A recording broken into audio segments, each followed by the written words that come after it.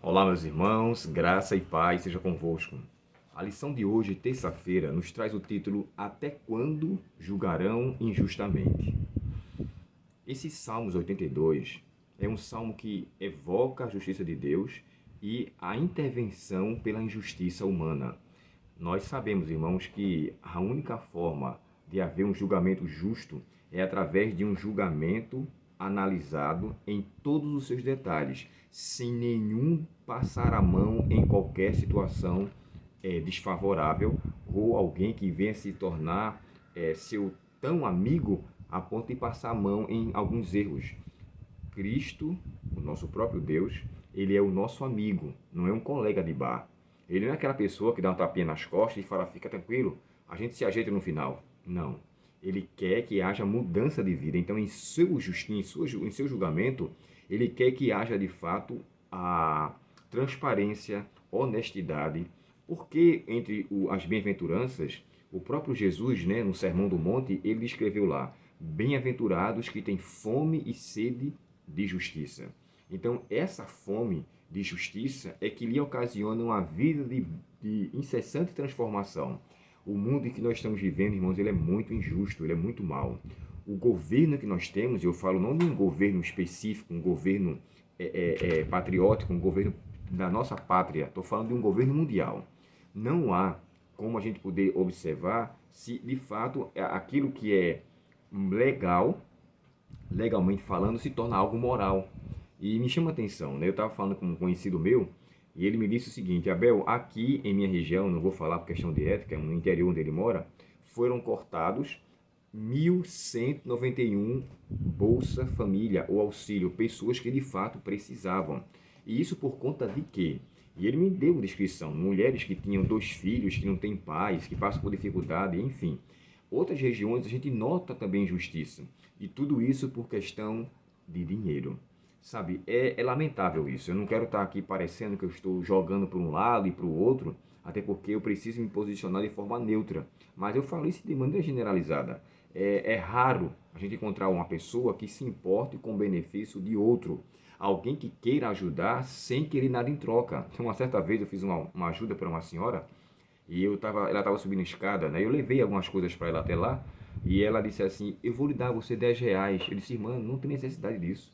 Eu simplesmente trouxe aqui na escada para lhe auxiliar por causa da sua idade, por causa da sua dificuldade de andar. E eu não fiz perda. Não, mas é porque eu quero. Eu tenho que, irmã, não se faz tudo e tem que ter um preço. A gente faz as coisas porque a gente ama as pessoas. Mas a senhora quer me ajudar? Eu peguei e dei um imã de geladeira, ou um santinho, como alguns chamam, né? Caso ela quisesse comprar água comigo, então eu dei para ela. Mas nunca me ligou, nunca pediu, e nem por isso eu vou ficar, poxa, bem que poderia, sabe? É muito bom fazer o que é certo. E é muito bom ajudar o próximo. Infelizmente, não é o que acontece em nosso mundo. As pessoas são amantes de si mesmo, e essa é uma característica que evidencia o tempo do fim. O próprio Paulo a Timóteo fala isso, né? E nos últimos tempos haverão tempos difíceis. Os homens serão amantes de si mesmo, ou seja, estarão mais voltados para o seu próprio ser e não se importará com a causa do outro. E nesse Salmo 82, me chama muito a atenção aqui, ó, o que é dito sobre ele. Esse é um salmo de acusação de Deus aos juízes injustos que dominam sobre Israel. E por 2 vezes, né, tanto no verso 1 quanto no verso 6, acho que é o verso 6, fala de a expressão deuses. Vocês são deuses. Alguém pode pensar assim, puxa vida, que expressão é essa que é dado pelo salmista para essas pessoas, esses títulos que são dados? Isso aqui, irmãos, se assemelha muito. E podemos comparar, na verdade, não só a liderança de posição, porque como eles eram juízes, eles eram chamados de deuses porque era através dele que a causa era resolvida. Por isso que Jesus, no Novo Testamento, dizia muito claro lá, que vocês observem com honestidade a causa das viúvas, dos estrangeiros. E isso para aqueles que assumiam liderança, os juízes. No capítulo 7 de Êxodo, e o verso 1, Deus chegou para Moisés e falou a mesma coisa, você será por Deus para Faraó, e Arão, o teu irmão, será por profeta. Então, Moisés foi um representante de Deus e assumiu esse título para libertar o povo de Israel, coisa que devemos fazer com a mesma importância e significação. Ainda no Salmo 82, Olha o que é que diz aqui no verso 2. Até quando tomarão decisões injustas que favorecem a causa dos perversos? Façam justiça ao pobre e ao órfão. Defendam os direitos do oprimido e do desamparado. Livrem o pobre e o necessitado. Libertem-no das garras do perverso. Infelizmente, não é o que acontece. Parece que o mal prevalece e predomina. E a pergunta que o salmista faz é: até quando julgarão injustamente? Cristo irá vir e ele agirá com justiça. É como eu já falei para vocês em outros estudos. Ele é chamado Senhor Justiça Nossa. E eu e você, irmãos, precisamos cumprir a mensagem de advertência que o próprio Jesus disse no Sermão do Monte.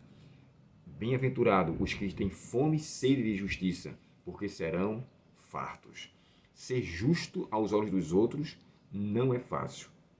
Parece que às vezes é negociável a justiça para com ele, mas é necessário que sejamos justos aos olhos de Deus. Quando estivermos sozinhos, diante de situação que só Deus e nós estamos ali presentes.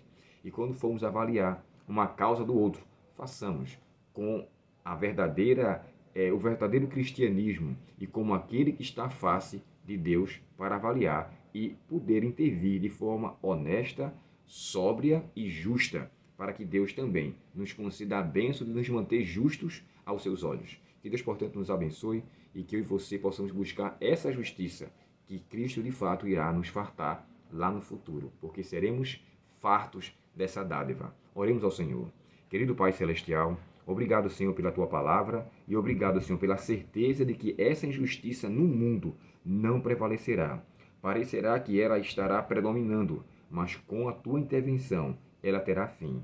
E muito obrigado por sabermos dessa esperança. Dá-nos um bom dia, Senhor, perdoa nossos pecados e permanece conosco, te pedimos por Jesus. Amém.